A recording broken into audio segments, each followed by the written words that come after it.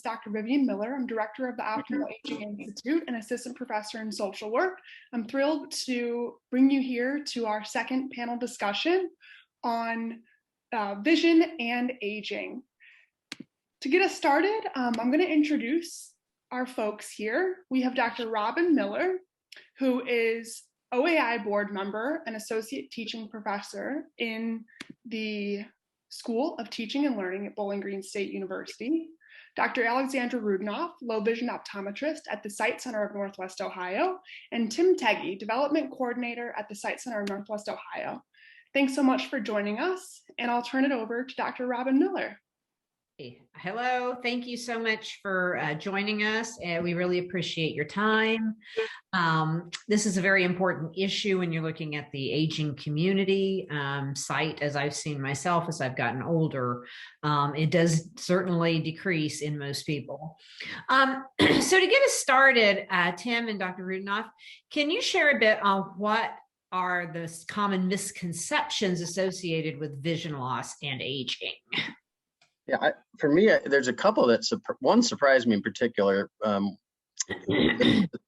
number of people projected to, or the number of people losing their vision is increasing, and the number is projected to double by 2050, largely due to the aging population.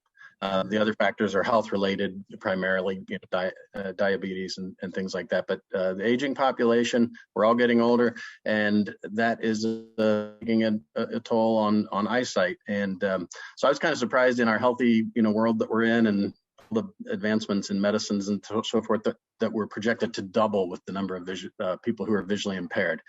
So that's one thing that I think is kind of maybe not understood by a lot of people. But on a more personal level, I think one of the biggest things that I've seen that's a myth or a misconception, or maybe just a lack of awareness, is that when somebody is losing their vision, somebody who's had their vision most of their life, that it's not just as simple as going to the eye doctor, getting a magnifier, getting a tool. There's a lot involved, and a lot of grief and loss and processing that. And sometimes people can't make the progress that they need until they've accepted that this vision loss is permanent. If they're still fighting that it's going to get better, then sometimes the tools may not matter as much until there's kind of that awareness. So I think that's a misconception, especially with children of aging adults that say, if we just got mom a magnifier, got her better lighting, then she'd be happy again. And there's a whole other process involved, separate from vision loss, that has to do with that. So that's one I think that is important to point out. Yeah, and I'll add to that. So a lot of times people will ask me, well, can I just have a stronger pair of glasses, or can't glasses just correct my vision problem? And sometimes that's not the case. So we do have to often, turn to magnifiers and other devices to help people do the things that they need to do and want to do again. But it is an adaptation. And for a lot of people that can be really difficult because they're learning to do something in a brand new way. And it's not how they used to do it. And the other misconception that I'd like to point out is that not all vision loss is the same. There's different eye conditions that can affect our eyes in different ways. Some conditions affect our central vision, some affect our peripheral vision, some can lead to total blindness, while others, might just make us blurry or distorted. And even within the same eye condition, each person can handle that particular condition and vision loss in a different way. So it really varies among people, and it varies even within the same condition as far as degrees of vision impairment. So, there's a lot that we can kind of dive into with each person. And at the Sight Center, we really try to, make it individualized and do it so that we can help that particular person. It's not a blanket device. There's not a blanket device that helps everybody. There might be one that works for one, and we might have to use something else for a different person. So. Thanks so much. In that kind of individualized care that you do provide, What does eye exam look like when you work with older adults? Are there any things that you look for, particularly in the aging process? Yeah, so the eye exam that we do at the Sight Center, it's a little different from a normal eye exam. So at the Sight Center, I have about an hour with each person, which I really like that it's not rushed, and we take our time to try to figure out who the person is and what's their story and what is it that they're having a hard time with. And so, I look at, what their vision is, I measure their vision, and we kind of assess in that way. But we spend a lot of time really diving into what it is that they are struggling with, so that we can find a device or some type of tool or trick or resource to help them get back to doing the things that they need to do and the things that they want to do.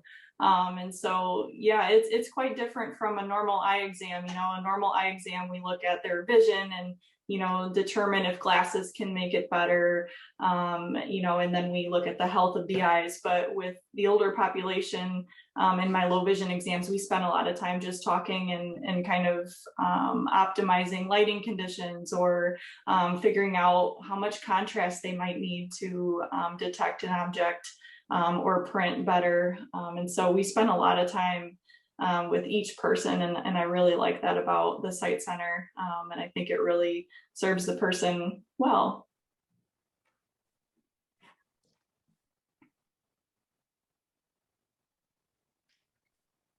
Well, thank you very much. So some other questions about different kinds of diseases and what are the differences of some of these diseases. So common eye issues and complications that can occur with macular degeneration. What is the difference between wet and dry, and what is macular degeneration, just generally speaking?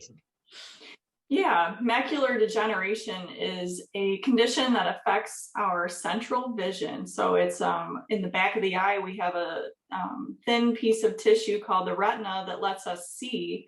And specifically speaking, the macula is where we get our central vision, our detailed vision, and what we use to read road signs with and read books with and see colors with. And with macular degeneration, it's that macula is breaking down or deteriorating. There's different types. So there's dry and there's wet macular degeneration. I would say neither one is better than the other. They affect the eye in a little bit of a different way. With dry, there's no fluid. And so that's why we call it dry. It tends to just be scarring, or, just a breakdown and atrophy of that area, the macula. With the wet macular degeneration, there can be fluid or leaky blood vessels. And so that sometimes causes an abrupt vision change, but they can both affect the macula and both affect central vision. And so that would be the difference. In the wet macular degeneration, there can be treatment sometimes if it's caught early enough, and if we get you to the right place. Sometimes that can help the wet forms of macular degeneration. Right, thank you very much. Mm-hmm. Okay. And what about glaucoma? So what is glaucoma, and what part of the eye does it affect? And I guess, it just from the outside looking in, what is the difference between like glaucoma and macular degeneration? Yeah, so with macular degeneration, like I said, it affects your central vision, but generally speaking, your peripheral vision is spared. So that's with macular degeneration alone, it won't progress to total blindness. You'll still have your peripheral vision. With glaucoma, on the other hand, it affects a different part of the eye.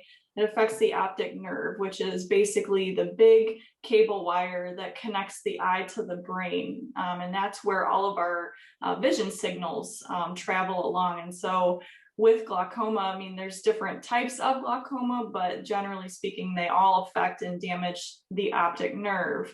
And so we start to lose that signal.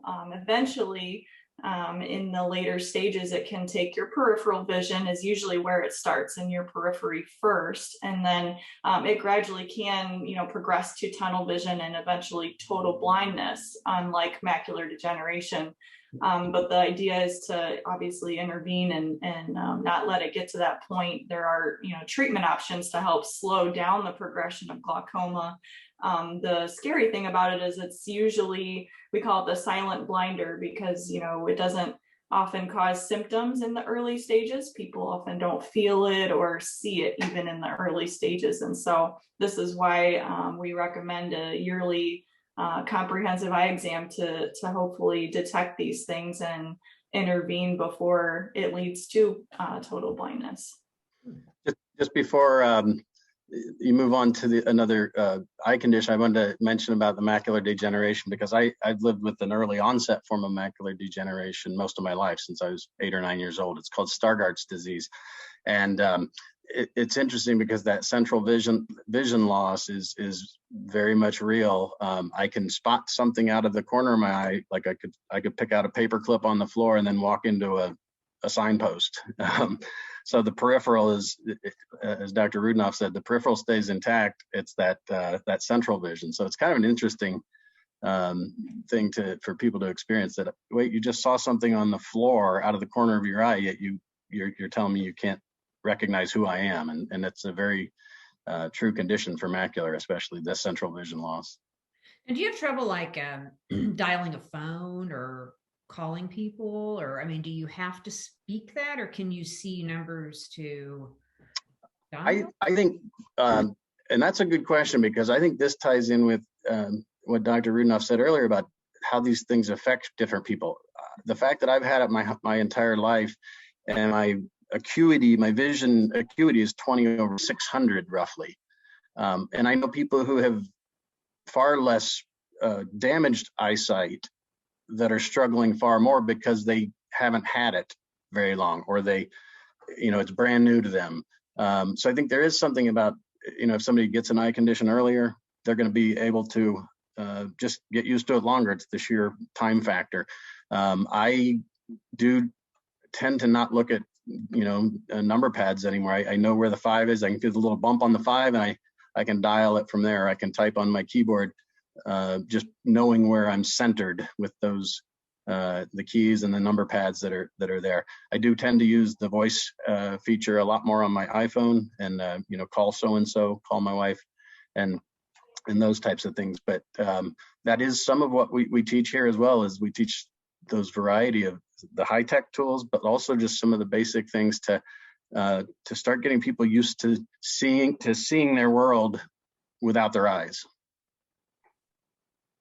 Thank you. That's interesting, because if you, like I said, for people who don't have that condition, you say you can pick a paper clip off the floor, you would assume that the person, could see something. Or now, like details, like things that are real detailed, like, like, can you see like wrinkles on your pants or shirts, or, that type of thing, like different, like how about like dressing and that type of thing. Can you see if something? Some things I can, others I can maybe feel that they're wrinkled, but there's increasingly identifying colors is harder. I need more light, and to tell a black socks from navy blue socks or from dark brown socks.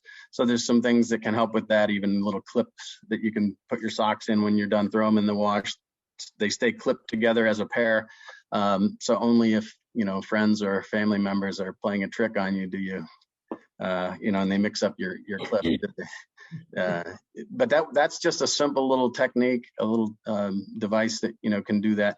But I do need more light. I do need some assistance with certain things that just where the detail isn't as obvious as it used to be. I used to be able to read the phone book. I remember when I was, 10 or so, when we had phone books, that I could read that fine of a print. And then it got to where I could read, couldn't read that, but I could still read newspaper. And eventually it just all went away to where I need to read greeting cards with like a 10x magnifier now. So, there's magnifiers, and then there's other tools like the iPhone and the iPad that have, where you can use the built-in magnifier, the built-in camera to really zoom in on items quite well. So there's a variety of ways to get around it, and sometimes you just have to maybe live without knowing it, but the item is wrinkled. Yeah. I wondered that, because those are things, we take for granted, you just don't. So what about like cataracts? Because I know that's something that happens with age, and from what I understand, it's kind of a film, and they replace those with some type of a lens, artificial lens. How does that, and briefly, how does that process work? And, do those lenses get clouded? What are maybe the longer term outcomes of having cataract surgery? Yeah, so as you said, cataracts are something that does happen with aging. Everybody will eventually get a cataract if we live long enough. They just happen at different times for different people. There are certain things that can speed up cataract progression. Some medications can, trauma, smoking, UV damage. Those are things that can make them happen faster. But essentially, when the cataract is ripened, as we call it, or mature enough, and it's impeding someone's ability to function in their day, then that's when we talk about recommending surgery to remove the cataract. And essentially, the cataract is shaped, well, the lens in the eye where the cataract forms is shaped like an M&M, and the surgeon will open the M&M capsule and take the cataract out.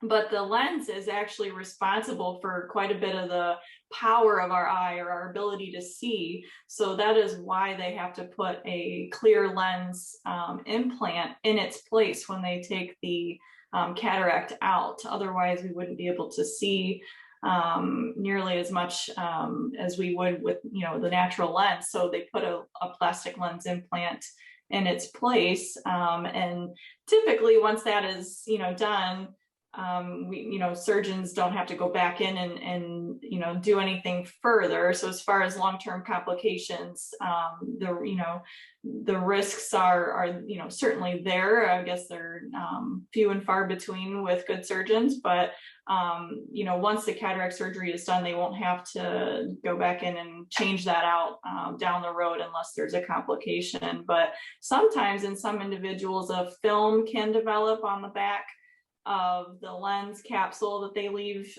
in the eye to hold the implant, and that film can sometimes cause blurry vision or distorted vision. And so in those cases, a surgeon can use a laser to remove that film, and it's a little different from the cataract surgery that was originally done, but that's a common thing that can happen after surgery.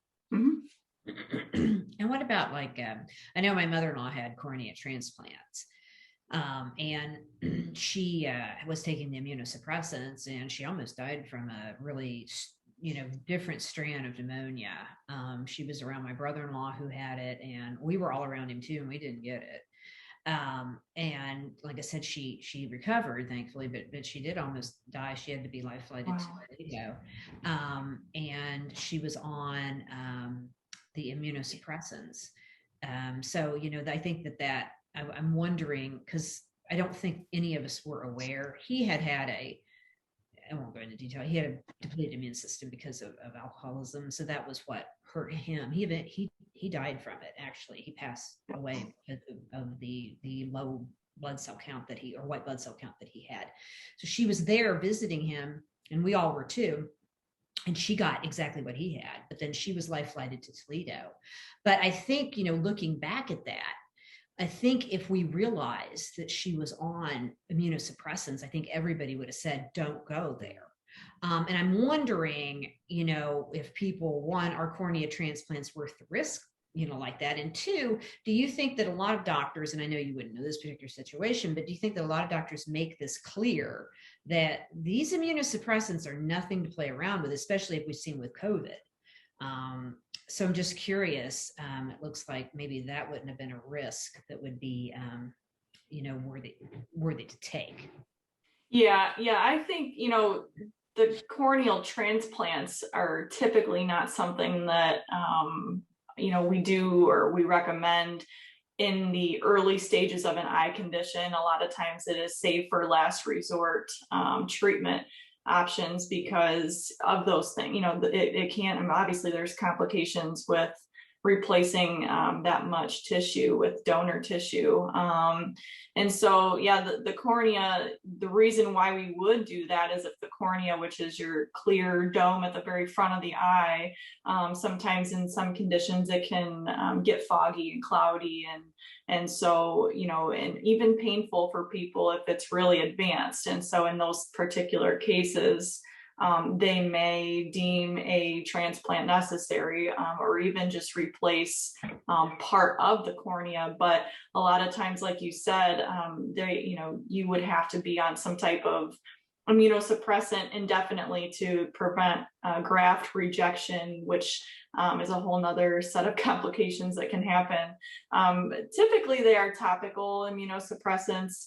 But, you know, again, like you said, that does come with some, you know, potential risks. You know, if you're suppressing your immune system, are you more prone to eye infection? You know, so yeah, those are things that I would imagine that corneal specialists and surgeons are hopefully discussing with people. And like I said, those are often reserved for more advanced cases of corneal conditions for that reason.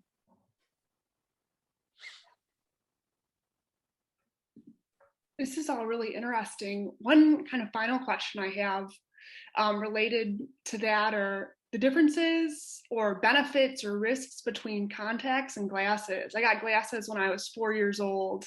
I think I was probably in preschool and I couldn't see something that was written on the board. And so I went in and got glasses. And since being in my late teen years, I switched to contacts, and I'm pretty diligent about taking them out every night because my eyes can get so dry and itchy and it just doesn't feel comfortable. But are there any benefits or risks to either corrective lens? That's a good question. You know, it really depends on the person, and it depends on the prescription of their eye and the power that they need. Oftentimes, you know, we do start with glasses and think about correcting vision and refractive error or nearsightedness and farsightedness and astigmatism with glasses. However, contact lenses can be an option for some people. But like you said, because it's, you know, actually coming into direct contact with the eye, we are, you know, introducing risk for infection. So we have to be, you know, really diligent about cleaning them properly and taking good care of them and removing them at night. And so, you know, in addition to that, it can actually exacerbate dry eye conditions. And so if someone does have the signs and symptoms of dry eye disease, contact lenses sometimes have to be, you know, we have to treat the dry eye and, you know, while we're wearing the contact lenses before and after, that type of thing.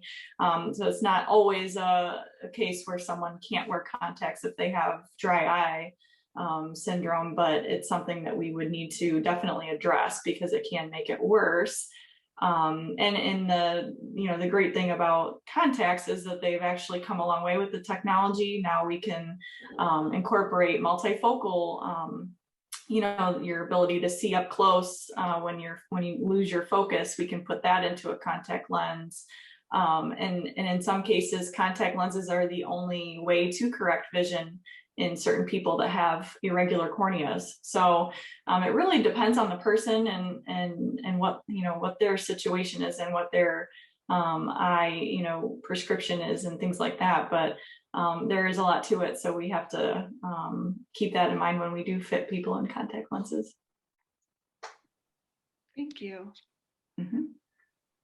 Our final question here for discussion are for those who are experiencing or may experience vision loss, what are any assistive devices that are especially helpful? I know a magnifying glass was mentioned and modifying the light too might be helpful, but what might else there be that individuals might be interested in?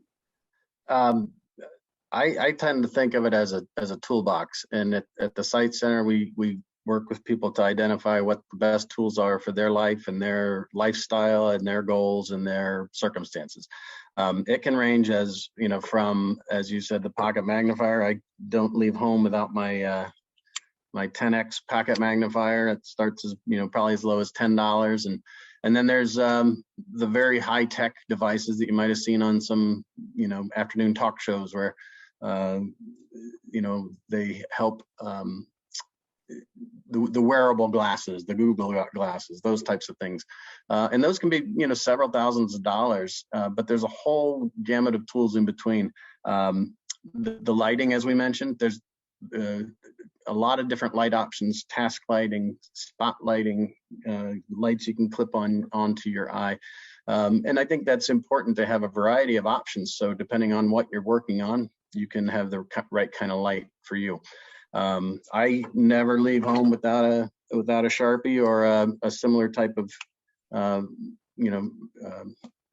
marker type of pen with a notepad in my pocket. And if I'm needing to write notes, because pencils and regular pens just don't cut it for me anymore. A pocket recorder, having a little digital recorder that you can just capture some notes quickly and retrieve them when you get home.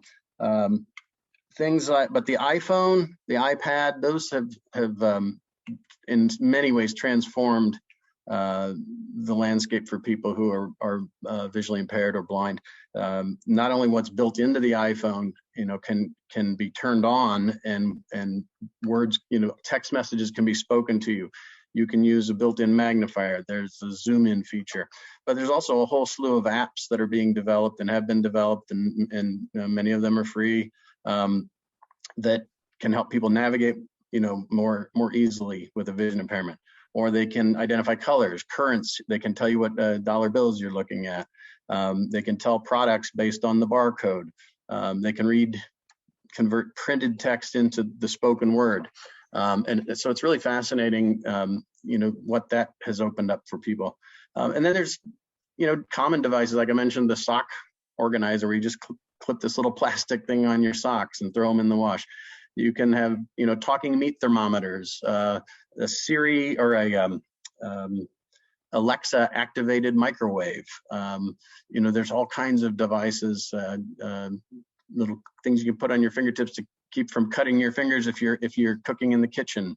Talking, like I said, talking meat thermometers. There's devices that help you identify when the liquid is reaching the top of a cup.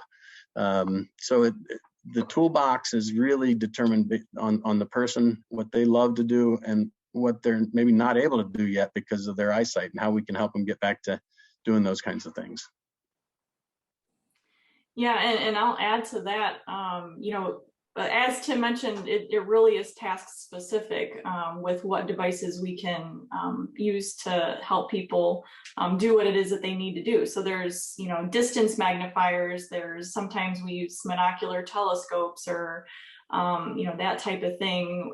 Like he said, it's sometimes the lighting or controlling glare with a filter that we have people wear, whether that's indoors and, big fluorescent stores with all those fluorescent lights, or even outside. It really just depends on the person. And that's why we spend a lot of time with each person figuring out, what do you need to do? What's bothering you? And how can we help you? And that's why it's really individualized. And that's what's great about that. But in addition to that, I will say too, we also have the ability to connect people to the resources that they need, as far as, maybe someone, we recommend white cane training, orientation and mobility, and allowing them to navigate their environment safer and still be independent with that. Or maybe it's connecting them to a support group in their community to talk to other people who are going through a very similar situation. Or finding transportation, options for people. So we really have a lot of neat tools in our toolbox at the Sight Center, and it's great. There's a lot out there for people. So the one thing we don't have are magic glasses, and that's going back to your early question about misconceptions. There are a lot of people that do come in and just feel like there's one thing that's going to make their life back to normal, back to the way it used to be, and that really doesn't exist. With permanent vision loss, it's an adjustment, and the Sight Center is here to help people make those adjustments, but there's not one set of glasses that's going to bring life back to the way it was. And But life can still be awesome. One more thing I'm going to add too is that I mentioned how there's varying degrees of vision impairment, and that's something that I do want people to know, that vision loss can range from a mild vision impairment all the way up to total blindness, and there isn't a certain level that you have to be to reach out and ask for help. We can help people from all varying degrees of vision impairment, so that's important to know, because we can kind of tailor it to each person. So. And can I make just a couple of comments and for any of your viewers or listeners? One is if anybody has questions or wants to take the next step in seeking services or learning about services, the Sight Center, just call us. You don't need a referral. We can get that process going for you. Just pick up the phone and call. The other is we have a retail store, and we're not in the business of selling products, but we have the retail store to be a service to people. It's the only low vision retail store in the region, and it has this wide variety of magnifiers, lights, talking gadgets, kitchen aids, all kinds of stuff that people can come in and shop and look around and see what else is possible. They can also do that online as well, but that's just another way to help people get the tools that can help them. And third is we're very close to launching a vision impairment simulator on our website. And so maybe even by the time this airs, that will be live. It's nearly complete, and we're just putting some finishing touches on that. But it'll be a way for people to see a variety of images, a menu, a close-up face, a landscape, street signs, and overlay that with what macular degeneration might look like, what diabetic retinopathy might look like, what glaucoma might look like. So that's coming to our website really soon. Well, Dr. Rudinoff, Tim, Dr. Miller, thank you all so much. And all the information, contact, and website for the Sight Center will be posted in the comment box below. So thank you again so much for sharing all this insightful information. And thank you. take care. You're welcome. Thanks for having us. Yeah, thanks for having us. Hi.